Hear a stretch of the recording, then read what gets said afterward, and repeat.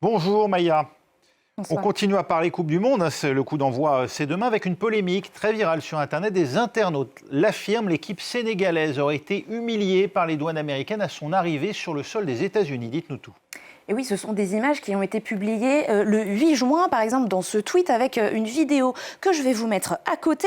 On y voit les joueurs de l'équipe sénégalaise sur le tarmac d'un aéroport, selon la légende, à leur arrivée aux États-Unis. Alors qu'est-ce qu'on y voit? Des fouilles qui semblent être très poussées, des détecteurs de métaux, des sacs qui sont contrôlés. Et on entend dans cette vidéo un homme dire en Wolof: regardez, on va même fouiller dans les chaussures à un moment de l'un des joueurs.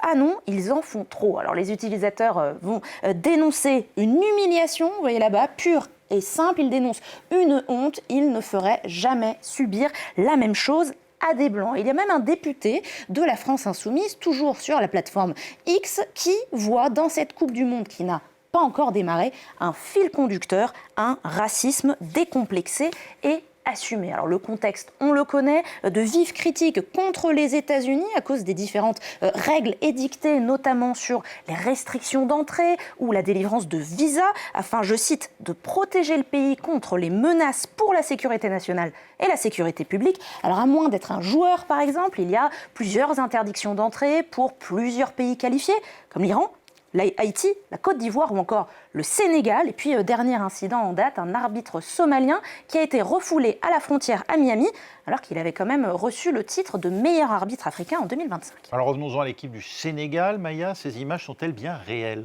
Eh bien absolument, mais c'est le contexte autour de ces images qui a été détourné, parce que plusieurs internautes ont cru voir les conséquences de ces règles dont je viens de vous parler dans la vidéo donc de la première partie de cette chronique. Sauf que l'équipe du Sénégal est bien arrivée aux États-Unis, vous le voyez dans ces images, le 28 mai dernier, et elle est arrivée, cette équipe, sans encombre. La véritable histoire, elle a été clarifiée dans un communiqué publié par la Fédération de football sénégalaise, preuve de l'ampleur de la polémique. Et la Fédération explique que ces contrôles, ils ont bien eu lieu, mais ils ont eu lieu le 7 juin dernier à Raleigh, en Caroline du Nord. Les Lions de la Teranga étaient donc déjà entrés sur le sol américain sans problème.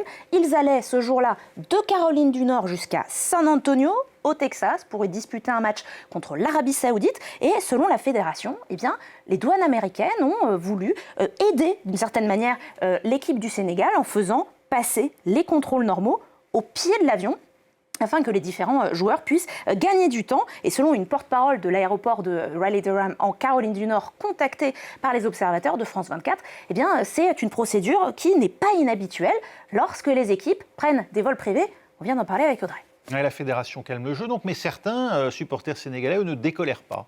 Eh bien oui, parce que même avec ces explications, eh bien, les différents supporters sénégalais, ils ont pu comparer ces images réelles avec d'autres images réelles, comme par exemple l'arrivée de l'équipe d'Afrique du Sud au Mexique, cette fois-ci chaleureusement accueillie par des mariachis. Le choc des images est assez saisissant, mais il faut le dire, l'équipe du Sénégal n'est pas la seule à avoir connu de telles fouilles sur le tarmac de l'aéroport. Regardez ces photos. Nous étions en mars dernier, la Belgique allait à Atlanta, il quittait donc l'État de Géorgie pour aller au Mexique, affronter, après avoir battu les États-Unis lors d'un match amical.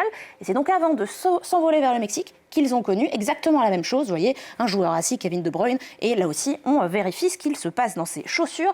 Scène impressionnante, également pour une autre équipe, celle de l'Ouzbékistan. Nous étions cette fois-ci à New York City, et vous le voyez, l'équipe de l'Ouzbékistan qui descend du bus et qui va être là aussi fouillée. Là, cette fois-ci, c'est l'arrivée au stade pour un match contre les Pays-Bas, dont détecteurs de métal, chiens renifleurs, des images qui ont fait le tour du monde et qui étaient là aussi bien réelles.